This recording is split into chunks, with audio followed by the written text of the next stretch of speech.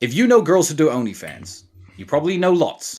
You live in the United States. Yeah. Ask how many work for a management agency. Most of them. Half, 70%. Most of them. They have a guy that does all the messages and everything. I was running a company that did that before OnlyFans existed. So that's the most simple way I can break it down.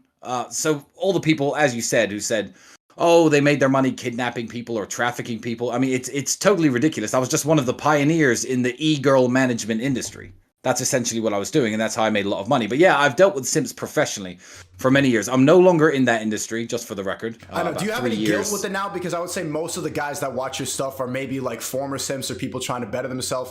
You have a lot of people, whether or not like you really are trying to garner that audience, a lot of people that watch you are trying to improve and get motivated by your message. Do you have any guilt for the fact, like, I kind of like compare it to crack dealers. Like, crack dealers is like, they're not trying to ruin people's lives, like, but ultimately the person you should blame is like the politicians who started the war on drugs.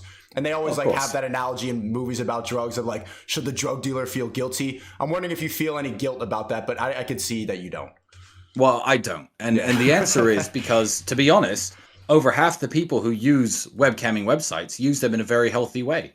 There are people who would, want interactive live naked chat with a girl who were injured veterans, people who were in unhappy marriages, and they really got something good out of it. They had a positive experience out of it.